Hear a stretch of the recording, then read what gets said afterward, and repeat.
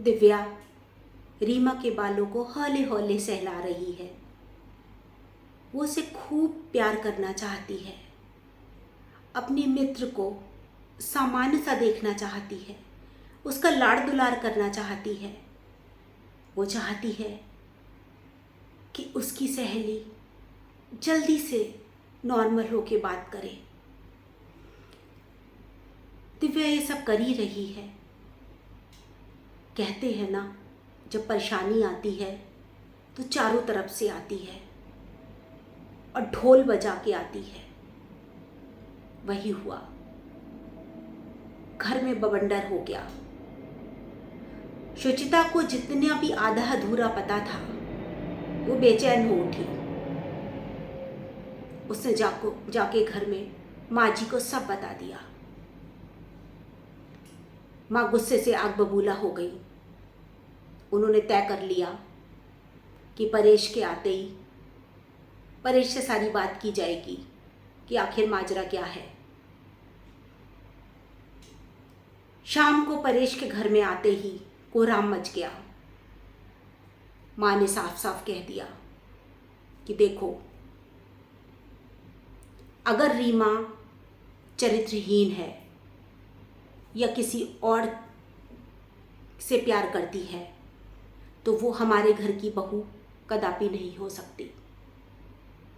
और ठीक है, अगर वो किसी बैजू नाम के व्यक्ति को चाहती है तो ठीक है, तुम तलाक दे दो, बहुत अच्छी लड़कियां मिल जाएंगी तुम्हें। शुचिता मन ही मन फूल के कुप्पा हो गई। उसने आग में घी डालने का काम किया।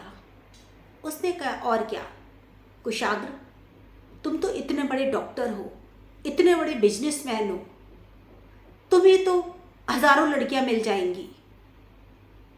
एक ऐसी लड़की के साथ रहकर तुम क्या करोगे जो किसी और को चाहती है, जिसका दिल पहले से किसी और के पास है। ऐसी चरित्रहीन लड़की के साथ कब तक निभा पाओगे तुम? आखिर तुम्हें भी अपना परिवार आगे बढ़ाना है। रीमा को भी तो उसके किए की सजा मिलनी चाहिए। वो धोखा करके इस तरह तो रह नहीं सकती हमारे घर में। सारे लोग अपनी अपनी तरीके से रीमा पर इल्जामों की बौछार लगा रहे थे और परेश किसी को भी कुछ समझाने में नासमझ था।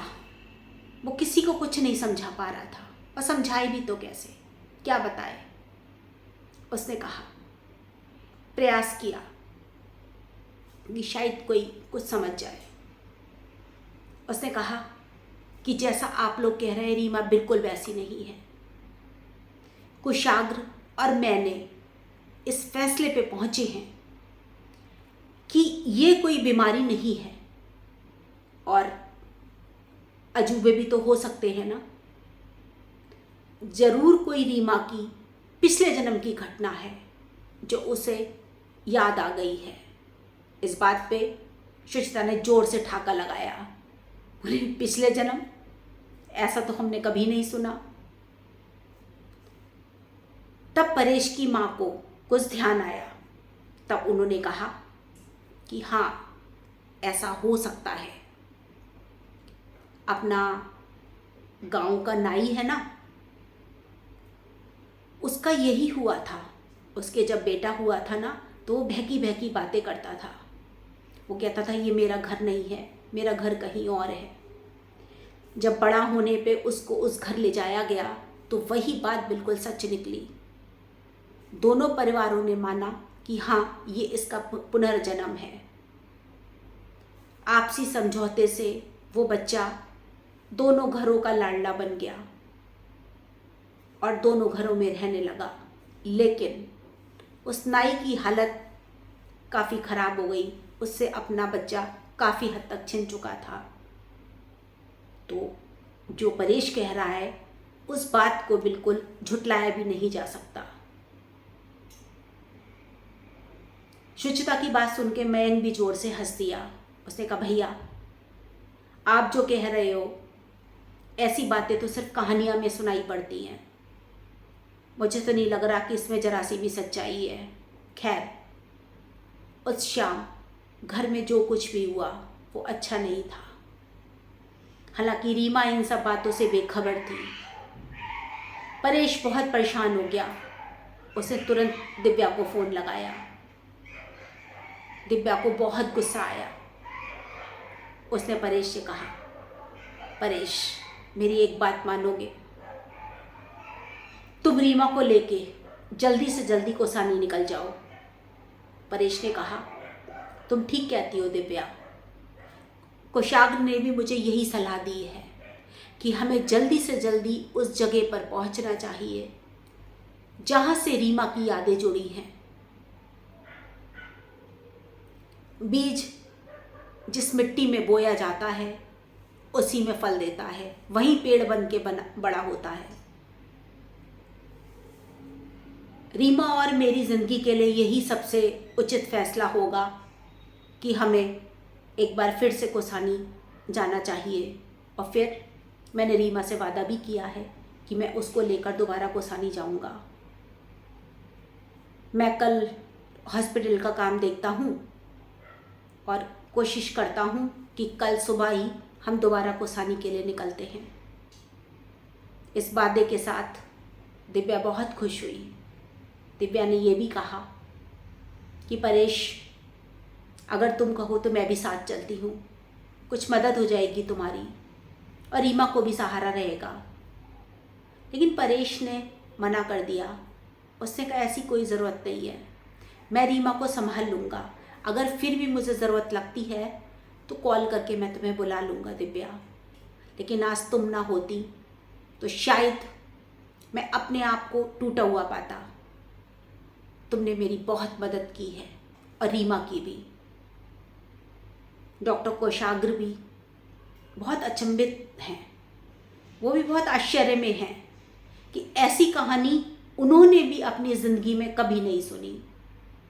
वो कहते हैं ना कि परेशानी में बाहर वाला साथ दे देता है लेकिन अपने साथ छोड़ देते हैं। आज मेरे घर वाले ही मेरे खिलाफ हो गए हैं। वो ना तो मुझे समझ रहे हैं न रीमा को समझ रहे हैं, या हो सकता है समझ कर भी समझना नहीं चाहते। माँ जानती हैं, उनको लगने भी लगा है कि जो मैं कह रहा हूँ उन बातों में सच्चाई है। लेकिन शुचिता भाभी और मयंक दोनों नहीं चाहते कि ये सच्चाई वास्तव में सच्चाई साबित हो। वो यही चाहते हैं कि रीमा बदनाम हो जाए और वो इस घर से चली जाए। दिव्या, तुम चिंता मत करो, अब समय आ गया है और मैं इस गुत्थी को सुलझा कर ही रहूँगा। कहकर फ़ोन काट देता है। परेश रीमा के पास जाता है और उससे कहता है, चलो हम सुबह कोसानी निकल रहे हैं, तुम अपनी पैकिंग कर लो। रीमा के शरीर में एक जान लौट आई। वो खुशी से पागल हो गई। वो बुरी तरीके से परेश को प्यार करने लगी। परेश का हाथ पकड़ के इठलाने लगी।